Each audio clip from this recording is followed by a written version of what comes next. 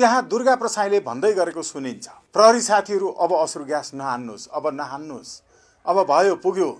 बहालवाला प्रधानमन्त्रीले आफू प्रधानमन्त्री भएको अवस्थामा सुरक्षा निकायलाई निर्देशन दिनुपर्नेमा आफ्ना पार्टीका कार्यकर्ताहरूलाई भोकाएको बाघले सुधो गाईलाई आक्रमण गरे जस्तो झम्टिएर आक्रमण गर्न पहिल्यै निर्देशन दिनुभएको थियो। अहिले सबै जिल्लामा संयुक्त जनआन्दोलन समितिको गठन भइरहेको छ।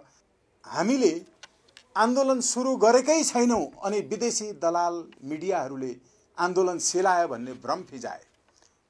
आन्दोलन त्यसमा पनि जनआन्दोलनको अहिलेसम्म घोषणा भयो, जनआन्दोलनको श्रृङ्खलाबद्ध कार्यक्रम सार्वजनिक भयो भन्ने कुनै समाचार यहाँहरूले यो प्रसारण गर्नुभएको छ र?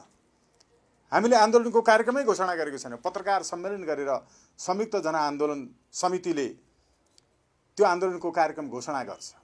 विदेशमा लगभग 25 वटा देशहरूमा संयुक्त जनआन्दोलन समर्थन समिति गठन भइसकेका छन्। देशैभरिबाट गर्नका लागि सबै जिल्लाका सिडिओ कार्यालयहरूमा हाम्रो ज्ञापन पत्र एकै बेहोराको एकै समयमा एकैचोटि देशैभरि जानेछ। देशैभरिको सबै बस स्टपमा एकैचोटि एउटै समयमा 1 घण्टा मात्रै ठप्प गर्नेछौँ।